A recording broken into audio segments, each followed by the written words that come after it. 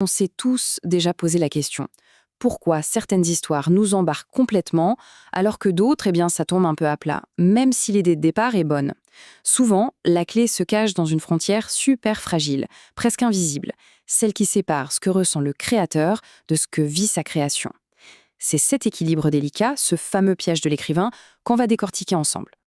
Et voilà, l'avertissement est là, noir sur blanc. Il faut toujours faire attention à ce que les émotions du personnage ne deviennent pas les nôtres. C'est vraiment le cœur du problème, le risque numéro 1 pour un créateur, se noyer, en quelque sorte, dans les sentiments qu'il a lui-même inventés.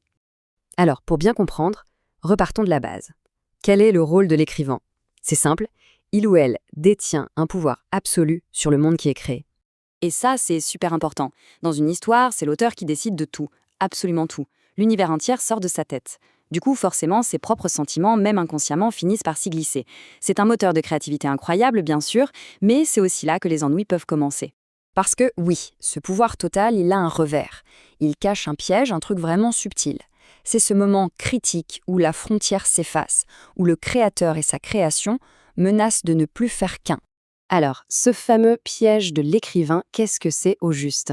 Eh bien, c'est le moment précis où on ne peut plus faire la différence entre les émotions de l'auteur et celles de son personnage. Et cette fusion, contrairement à ce qu'on pourrait croire, ça n'enrichit pas du tout l'histoire. Au contraire, ça la condamne. Les conséquences sont radicales. Un scénario, c'est une histoire objective, qui avance grâce à une intrigue, aux motivations des personnages. Mais quand on tombe dans le piège, ça se transforme en essai personnel. L'histoire n'est plus au service de la narration, elle devient juste l'écho des sentiments de l'auteur. En gros, un journal intime. Et quand l'histoire perd sa fonction narrative, eh bien, elle se perd elle-même, tout simplement. C'est ce qu'on peut appeler la mort du scénario. Cette citation est sans appel. Dès que l'émotion de l'écrivain prend le pas sur celle du personnage, c'est fini. La vie du scénario s'arrête là.